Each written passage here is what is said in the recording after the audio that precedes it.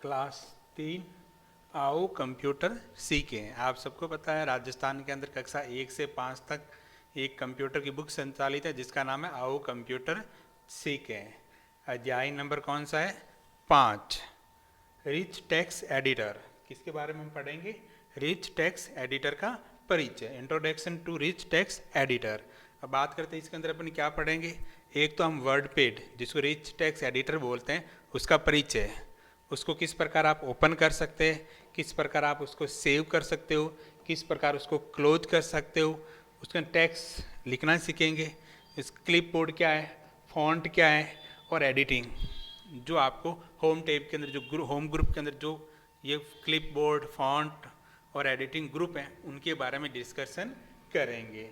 आपको पता ही है इस प्रकार का कुछ लोगों दिखाई देता है। अध्याय 5, rich text editor, introduction to rich text editor. अब तक हमने सीखा, देखो पिछली कक्षा में हमने टेक्स्ट एडिटर के बारे में जाना था। किसके बारे में? टेक्स्ट एडिटर नोटपैड के बारे में हमने जाना था पिछली कक्षा के अंदर। पिछली कक्षा का मतलब 1 नंबर पहली कक्षा के अंदर, ठीक है, अगर दूसरी कक्षा के अंदर, ठीक है। क्यों तीसरा पढ़ रहा? हाँ,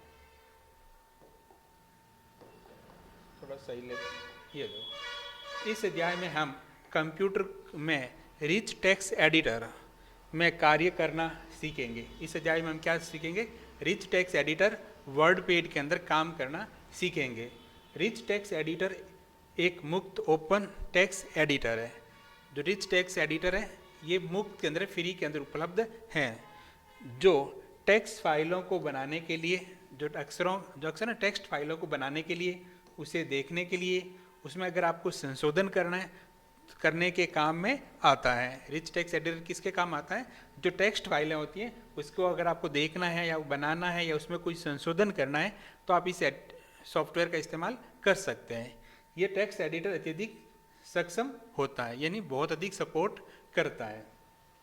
रिच टेक्स्ट एडिटर लिखने से संबंधित कार्य करने में काम आता है।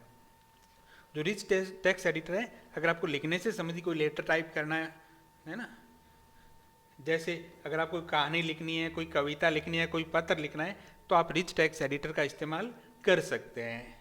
अब देखो बच्चों, तो एक कन्फ्यूजन मत होना, हम यहाँ पर रिच टेक्स्ट एडिटर जो पढ़ रहे हैं वो जो उबंटू नाम का है, उबंटू जो ओपन सोर्स ऑपरेटिंग सिस्टम है उसका एक फ्री सॉफ्टवेयर है। उसी प्रकार अगर MS वर्ड की बात करें, जो ये वर्ड पेड की, या फिर विंडो ऑपरेटिंग सिस्टम, उसका एक टेक्स्ट एडिटर जो उसके साथ में आता है उसका नाम है वर्ड पेड। ये दोनों लिखने में एकदम सेम है, इसमें कोई फर्क नहीं है, ठीक है। तो अगर मैं रिच टेक्स्ट एडिटर की बात करूं या वर्ड पेड की बात करूं, दोनों एक ही है। देखो, रिच टेक्स्ट एडिटर को ओपन करना, हम निम्न चरणों के द्वारा रिच टेक्स्ट एडिटर को चलाते हैं। देखो, सबसे पहले आपको स्टार्ट बटन पे क्या करना है? क्लिक करना है। ओपन करने के लिए स्टार्ट आइकन पर क्या करोगे? क्लिक करोगे, या फिर ये जो सर्च बॉक्स है वहाँ पर आप सर्च करोगे रिच टेक्स्ट एडिटर, यहाँ से मिल जाएगा या स्टार्ट पे मिल जाएगा। अगर आप विंडो ऑपरेटिंग सिस्टम इस्तेमाल करते हैं तो आप सर्च बॉक्स में टाइप करोगे वर्ड पेड, या फिर स्टार्ट के अंदर जो एक्सेसरी, विंडो एक्सेसरी, वहाँ पर आपको आसानी से मिल जाएगा। स्टार्ट मेन्यू में रिच टेक्स्ट एडिटर सॉफ्टवेयर को सर्च कीजिए, जिसमें एक रिच टेक्स्ट एडिटर फाइल खुल जाएगी। जैसे सर्च के अंदर क्या, रिच टेक्स्ट एडिटर, ठीक है। अगर आप उबंटू ऑपरेटिंग सिस्टम इस्तेमाल कर रहे हो और अगर आप इस्तेमाल करते हो विंडो, कौन सा? विंडो ऑपरेटिंग सिस्टम, तो वहाँ पर आपको क्या टाइप करना है? Word pad. क्या लिखना है? वर्ड पैड, ठीक है। जैसे ही आप क्लिक करते हो तो एक इस प्रकार का एक विंडो ओपन होती है ना, ये किसकी है? रिच टेक्स्ट एडिटर या वर्ड पेड की, जिसके अंदर एक तो है होम और एक व्यू, दो टैब है। ऊपर वाली जो पट्टी है ये ऊपर वाली है, ठीक है ना, ये इसको कहते हैं टाइटल बार। क्या कहते हैं? Title bar. और जो इसके नीचे पट्टी है, कौन सी? ये फाइल, ये इसको बोलते हैं मेन्यू बार। और इसकी बात करें क्विक एक्सेस बार कहते हैं, ठीक है, और इस पूरी पट्टी को कहते हैं रिबन, इसको कहते हैं रूलर, ठीक है। आगे देखते हैं टेक्स्ट लिखना। अगर आप रिच टेक्स्ट एडिटर का कुछ भी टाइप करना है तो देखो, रिच टेक्स्ट एडिटर ओपन होने पर एक खाली पेज आएगा, यानी कैसा पेज आएगा, एक खाली पेज आएगा। पेज के ऊपर बाईं ओर यानी इस तरफ, है ना, इस तरफ एक झिलमिलाता या ब्लिंकिंग कर्सर दिखाई देगा, जो ये दर्शाता है कि हम टाइप करने के लिए तैयार हैं। अब हम कीबोर्ड की मदद से टाइप करेंगे। तो देखो बच्चों, यहाँ पर है ना एक कर्सर झिलमिलाएगा, ठीक है, एक लाइन जो कभी दिखाई दे, ब्लिंकिंग करती हुई दिखाई देगी। इसका मतलब ही हम यहाँ से टेक्स्ट लिखने के लिए क्या है, तैयार है। तो वहाँ से जैसे ही आप टाइप करोगे, जैसे यहाँ तो फिर ये लाइन यहाँ ब्लिंकिंग करना शुरू कर देती है। रिच टेक्स्ट एडिटर ओपन होने पर एक खाली पेज आएगा, पेज के ऊपरी यानी बाईं तरफ इस तरफ झिलमिलाता हुआ कर्सर दिखाई देगा, जो ये दर्शाता है कि हम टाइप करने के लिए क्या है, तैयार है, और हम कीबोर्ड की मदद से टाइप करेंगे, जैसे माई नेम इज, ठीक है। रिच टेक्स्ट एडिटर को फाइल को सेव करना। मान लो हमने ये फाइल बना ली, अब हमें इसको क्या करना है, कंप्यूटर के अंदर परमानेंट सेव करना है। तो हम क्या करेंगे, देखो, हम अपने काम को सुरक्षित करने की भी ज़रूरत होती है। हम अपना जो भी काम करते हैं उसको क्या करना होता है, सुरक्षित भी रखना होता है, जिसे हम निम्न चरणों के अंदर साथ किया जा सकता है। सबसे पहले जो क्विक एक्सेस टूल बार है ना बच्चों, यहाँ पर एक सेव का आइकन है, आइकन को आप पर दबाना, ये जो ऊपर पट्टी दिख रही है ना क्विक एक्सेस टूल बार की, ये ठीक, यहाँ पर सेव का आइकन पर आपको क्या था, क्लिक करना है। जैसे ही आप क्लिक करते हो तो एक save as dialog box open होगा। क्या ओपन होता है, save as dialog box open होता है। कौन सा, save as dialog box open होता है, जिसके अंदर by the rich text format लिखा हुआ है, ठीक, और बाय डिफॉल्ट नाम क्या लिखा हुआ है, डॉक्यूमेंट। आपको ये नाम हटाकर हम अपनी आवश्यकता के अनुसार निश्चित लोकेशन पर फाइल को नाम देकर सेव कर सकते हैं। जैसे हमारे पास बहुत सारे फोल्डर है, आप किसी एक फोल्डर को सिलेक्ट करके यहाँ पर आपको क्या देना, फाइल का नाम, क्या देना, फाइल का नाम देकर आपको किस पर क्लिक करना है, सेव बटन पर क्या करना है, क्लिक करना है। तो आपकी फाइल नाम दे दिया और सेव बटन पर क्या क्या कर दो, क्लिक कर दो। जैसे ही आप क्लिक करोगे तो आपकी फाइल परमानेंट, देखो हमारे रिच टेक्स्ट एडिटर में किए गए कार्य रिच टेक्स्ट एडिटर फाइल में सेव हो जाएगा। यानी रिच टेक्स्ट एडिटर के अंदर जो कुछ भी लिखा है वो उस फाइल के अंदर वो क्या हो जाएगा, सेव हो जाएगा, जिसका नाम क्या है, फाइल नेम नाम की फाइल बनाई है। रिच टेक्स्ट एडिटर को क्लोज करना। मान लो हमने काम कर लिया, फाइल को सेव भी कर लिया, अब हमें कोई दूसरा काम करना है तो उसके लिए ज़रूरी है कि पहले वाली फाइल को हम क्या कर दें, क्लोज कर दें। तो हम अपने काम को क्लोज करने की आवश्यकता होती है ताकि हम अन्य काम कर सके। हमने जो रिच टेक्स्ट एडिटर के अंदर काम किया है, हमने फाइल को सेव कर दी, तो हम उसको क्लोज करेंगे ताकि हम कोई दूसरा काम कर सके, जिसे हम निम्न चरणों के साथ कर सकते हैं। देखो क्लोज आइकन पर क्लिक करेंगे, जो टाइटल बार है, देखो बच्चों कहाँ गई, ये नहीं कहीं होगा ना, चलो यहाँ पर है, देखिए यहाँ पर थोड़ी इसमें कटा हुआ है, कोई बात नहीं। देखो टाइटल बार के ऊपर इस तरफ 3 बटन है, क्लोज, देखो मिनिमाइज, मैक्सिमाइज और क्लोज। आपको इस क्लोज बटन के ऊपर क्या करना है, क्लिक करना है। ये रहा, देखो इस क्लोज बटन के ऊपर क्या करना है, क्लिक करना है। यह क्रिया से हमारे रिच टेक्स्ट एडिटर फाइल क्या हो जाएगी, क्लोज हो जाएगी। एंड टाइटल बार के अंदर राइट की तरफ 3 बटन दिखाई दे रहे हैं, जो सबसे राइट वाला क्रॉस का चिन्ह है, उस पर जैसे ही आप क्लिक करोगे तो आपका रिच टेक्स्ट एडिटर फाइल क्या हो जाएगी, क्लोज हो जाएगी।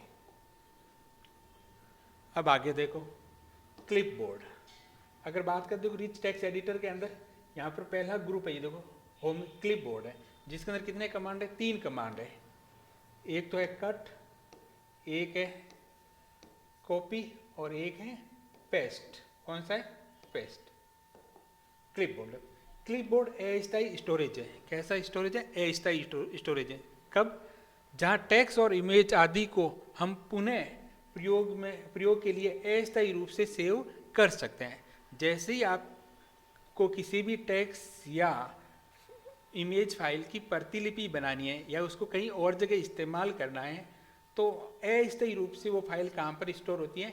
क्लिपबोर्ड पर। कहाँ पर स्टोर होती है? क्लिपबोर्ड पर स्टोर होती है। कब होती है? जब आप कट और कॉपी की प्रक्रिया करते हो, यानी किसी भी टेक्स्ट या इमेज के साथ जब आप कट या कॉपी की प्रक्रिया करते हो तो वह इमेज या टेक्स्ट क्लिपबोर्ड पर अस्थायी रूप से सेव हो जाता।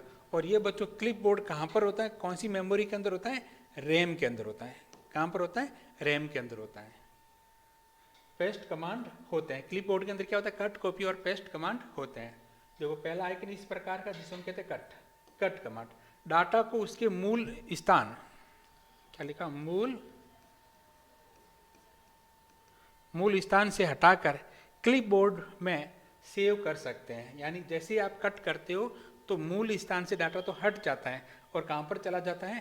क्लिपबोर्ड पर चला जाता है, जिसे बाद में कई और उपयोग में लिया जा सकता है। अगर बाद में जहाँ कहीं पर आपको आवश्यकता हो तो उसके लिए हम पेस्ट कमांड के द्वारा वहाँ पर ला सकते हैं। और जो कट की जो शॉर्टकट की है बच्चों, वो क्या है? कट कमांड की वो है CTRL + X। ये नहीं है बच्चों? आप कीबोर्ड की मदद से Ctrl + X की सहायता से भी ये प्रक्रिया कर सकते हैं। देखो वहाँ पर दूसरा कमांड है कॉपी कमांड। चयनित डाटा की एक प्रतिलिपि बनाकर क्लिप बोर्ड में सेव कर सकते हैं। यानी इसमें क्या होगा? जो सिलेक्टेड टेक्स्ट है उसकी एक प्रतिलिपि कहाँ पर सेव हो जाएगी? क्लिपबोर्ड के ऊपर, जिसे बाद में कहीं और उपयोग में लिया जा सकता है। बाद में उपयोग लेने के लिए हम किस कमांड का इस्तेमाल करते हैं? पेस्ट कमांड का। किसका इस्तेमाल करते हैं? पेस्ट कमांड का। पेस्ट कमांड क्लिपबोर्ड में किए गए कट और कॉपी डाटा को दूसरे स्थान पर स्थापित करने के लिए हम एक कमांड का इस्तेमाल करते हैं जिसे हम क्या कहते हैं? पेस्ट। तो देखो कट का तो मैंने बता दिया। अगर आप कॉपी करनी है तो उसकी शॉर्टकट की होती है CTRL + C। अगर बात करते हैं पेस्ट की तो इसकी शॉर्टकट की है CTRL + V। क्या होती है? V। ठीक है। कट की जो शॉर्टकट की Ctrl X है, कॉपी की Ctrl C है, पेस्ट की Ctrl V है। ठीक है। इसके अलावा आपको एक और बात यहाँ रखना, जो क्लिपबोर्ड के अंदर है पिछले 24 कट और कॉपी किए हुए डाटा सेव रहते हैं। कितने रहते हैं? 24 पिछले। Rich text editor clipboard. तो देखो तो ये क्लिपबोर्ड इस प्रकार का दिखाई देता है जिसके अंदर एक तो पेस्ट है, कट और कॉपी कमांड है। अगला देखो, और ये देखो कहाँ पर स्थान है? ये रहा। अगर आप रिच टेक्स्ट एडिटर पर देखोगे, सबसे जो रिबन के होम टैब के रिबन के अंदर जो है ना, लेफ्ट की तरफ जो पहला ही ग्रुप है वो कौन सा है? क्लिपबोर्ड है। अब देखो फॉन्ट, कहाँ पर है फॉन्ट बच्चों? ये रहा। ये पूरा ग्रुप कौन सा है? फॉन्ट का है, जिसके अंदर फॉन्ट फेस है, फॉन्ट की size increase, decrease, bold, italic, underline, strike, subscript, superscript, font colour, highlights, ये सब कुछ आपको किस में मिलेंगे? फॉन्ट ग्रुप के अंदर। ठीक है। ये लिखे गए टेक्स्ट को विभिन्न प्रकार से बदलने में मदद करता है। यानी आपने जो टेक्स्ट लिखा है उसको अगर आप विभिन्न प्रकार से उसमें लिखना चाहते हो, उसमें बदलाव करना चाहते हो, तो आप फॉन्ट ग्रुप का इस्तेमाल कर सकते हो। ये होम टैब के अंदर फॉन्ट ग्रुप में मिलेंगे। एवं लिखावट को और अधिक आकर्षित बना सकते हो, जिसकी सहायता से जो आपने टेक्स्ट लिखा है वो जिसकी लिखावट और वो बहुत अधिक आकर्षित बन सकता है। तो देखो बच्चों, सबसे पहला ये इस प्रकार का जैसे कैलबरी लिखा हुआ आता है, इसको कहते हैं फॉन्ट या फॉन्ट फेस। इस कमांड को क्या? फॉन्ट या फॉन्ट फेस। देखो अक्षरों को लिखने की अलग अलग शैलियाँ हैं जो लिखावट को विभिन्नता और सौंदर्यता प्रदान करती है। यानी अगर आपको अलग अलग अक्षरों की बनावट, अलग अलग शैलियों का इस्तेमाल करना है तो आप इस ग्रुप का इस्तेमाल कर सकते हो। जिसके अंदर आपको हिंदी में लिखना तो कुर्तीदेव का इस्तेमाल कर सकते हो, एरियल है, Arial black, time now, Roman, ऐसे बहुत सारे शैलियों के ग्रुप बने हुए हैं। आप किसी का भी इस्तेमाल कर सकते हो अपनी सुविधा के अनुसार। अब बात करें इसकी फॉन्ट आकार, जिसे हम फॉन्ट साइज कहते हैं। इसका नाम क्या? Font size. अक्षरों के आकार को छोटा या बड़ा करने में मदद करता है। ये क्या करता है? जो अक्षर है उसको अगर आप छोटा या बड़ा करना है तो आप इसका इस्तेमाल फॉन्ट साइज का इस्तेमाल कर सकते हैं। अब देखो जैसे बड़ा ए लिखा हुआ है और ऊपर की तरफ एरो है, एरो का चिन्ह कैसे, ऊपर की तरफ ऐसे, ठीक है, जिसे हम कहते हैं इंक्रीज फॉन्ट साइज। जो ये बॉक्स है उसके अकॉर्डिंग अक्षरों के आकार को चरणों में बड़ा करने के लिए, यानी अक्षरों का आकार को आप धीरे धीरे बड़ा करना चाहते हो तो आप इंक्रीज फॉन्ट साइज का इस्तेमाल कर सकते हो। जो ए है और एरो का निशान कहाँ पर है, नीचे की तरफ, तो ये इसका उल्टा है, जिसे हम कहते हैं decrease font size. Decrease font size, अक्षरों के आकार को चरणों में छोटा करना है तो आप इसका इस्तेमाल कर सकते हो, ठीक है। अब बात करते हैं बी का, जिसको हम कहते हैं बोल्ड। अक्षरों को मोटा लिखना है तो आप इसका इस्तेमाल कर सकते हो। जो इसकी शॉर्टकट की है बच्चों वो है CTRL+B, यानी कीबोर्ड की मदद से भी ये प्रक्रिया आप कर सकते हो। इसे हम कहते हैं इटालिक। अक्षरों को टेढ़ा या थोड़ा सा तिरछा लिखना हो, लिखने में ये मदद करता है। और इसकी जो बच्चों शॉर्टकट की है, कीबोर्ड के द्वारा Ctrl+I का इस्तेमाल कर सकते हो। अगला है बच्चों अंडरलाइन, ठीक है, जो इस प्रकार का सिंबल है। अक्षरों के नीचे, जिसे हम कहते हैं स्ट्राइक थ्रू, अक्षरों के बीच में बीच से काटा हुआ बताने में मदद करता है, यानी आपको ऐसे अक्षर बताने हैं जो बीच में से कटे हुए हैं तो स्ट्राइक थ्रू का इस्तेमाल कर सकते हो। इसकी कोई शॉर्टकट की नहीं है। अगला है फॉन्ट कलर, इस प्रकार का है, और यहाँ पर जो एरो है इस पर क्लिक करके आप कोई भी कलर का चुनाव कर सकते हैं। अक्षरों को विभिन्न रंगों में लिखने में मदद करता है, यानी अक्षरों को अगर आप विभिन्न प्रकार के रंगों में लिखना है तो आप इसकी मदद ले सकते हो। अगला है ये देखो, जिसे हम कहते हैं text highlighter, highlights, text highlights colour. Text highlights colour अक्षरों को विभिन्न रंगों में हाईलाइट करता है, यानी विभिन्न रंगों के द्वारा आपको किसी भी टेक्स्ट को या किसी भी शब्द को हाईलाइट करना है तो आप इसका इस्तेमाल कर सकते हो। बात करते हैं रिच टेक्स्ट स्थान, तो देखो ये रहा होम ग्रुप के अंदर ये इस तरह ग्रुप बना हुआ, ये यहाँ पर, ठीक है, मिल जाएगा आराम से। अब देखो इसके अंदर देखो 1 2 3 4 5 6 7 8 तो हो गए, 9 10, इसके अलावा कुछ और भी बचे जिसे सुपर स्क्रिप्ट, सब स्क्रिप्ट जो है ना फॉन्ट की शैली है, ठीक, लिखने का तरीका है। देखो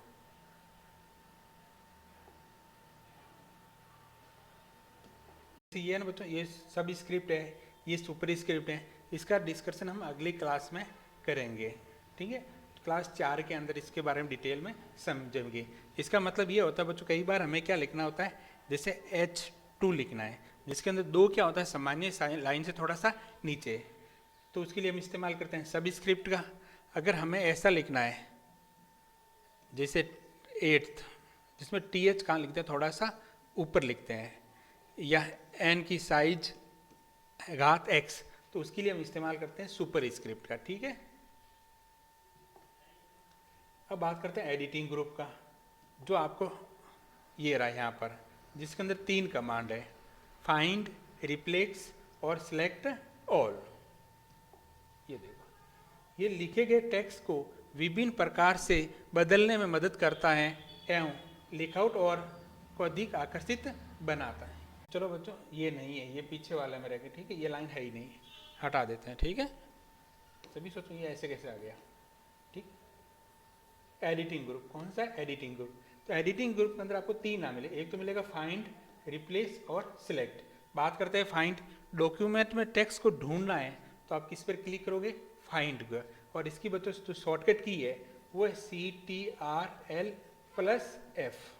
कौन सी है, F। अगला है रिप्लेस, डॉक्यूमेंट टेक्स्ट को रिप्लेस, यानी अगर आपको एक डॉक्यूमेंट का जो टेक्स्ट लिखा हुआ है उसको रिप्लेस करना है, उसको बदलना है, तो आप रिप्लेस का इस्तेमाल कर सकते हो। इसकी जो शॉर्टकट की है वो CTRL+H है, कौन सी, CTRL+H है, ठीक है। अगली बात करें सिलेक्ट ऑल, अगर आपको डॉक्यूमेंट में सभी जितना भी कंटेंट है उन सभी को एक साथ सिलेक्ट करना है तो आप इस्तेमाल कर सकते हो सिलेक्ट ऑल, और इसकी जो शॉर्टकट की है बच्चों वो है CTRL+A। महत्वपूर्ण बिंदु, इस पार्ट में हमने रिच टेक्स्ट एडिटर का परिचय जाना। एक तो हमने जाना रिच टेक्स्ट एडिटर क्या होता है, हमने जाना कि रिच टेक्स्ट एडिटर को कब प्रयोग में आता है, रिच टेक्स्ट एडिटर का प्रयोग में आता है यदि आपको कोई भी टेक्स्ट से संबंधित कोई कहानी लिखनी है, कोई कविता लिखनी है, या टेक्स्ट में कुछ बदलाव करना है, कुछ नया जोड़ना है, तो आप रिच टेक्स्ट एडिटर का इस्तेमाल कर सकते हो। हमने रिच टेक्स्ट एडिटर को स्टार्ट करना, सेव करना और बंद करने की प्रक्रिया को भी जान लिया है। हमने रिच टेक्स्ट एडिटर के क्लिपबोर्ड और फॉन्ट का जो महत्व है वो भी हमने देख लिया, सीखा है। हमने कुछ टेक्स्ट लिखना है, उसको हम कहते हैं टाइपिंग टेस्ट। सेव अगर फाइल को अगर सेव करना तो उसको जो कंप्यूटर की भाषा में बोलते हैं सेव, बंद करने को हम कहते हैं क्लोज, और कट कॉपी पेस्ट वो हमें काम बोलते हैं क्लिपबोर्ड के अंदर, और जो फॉन्ट की शैली है उसको हम क्या कहते हैं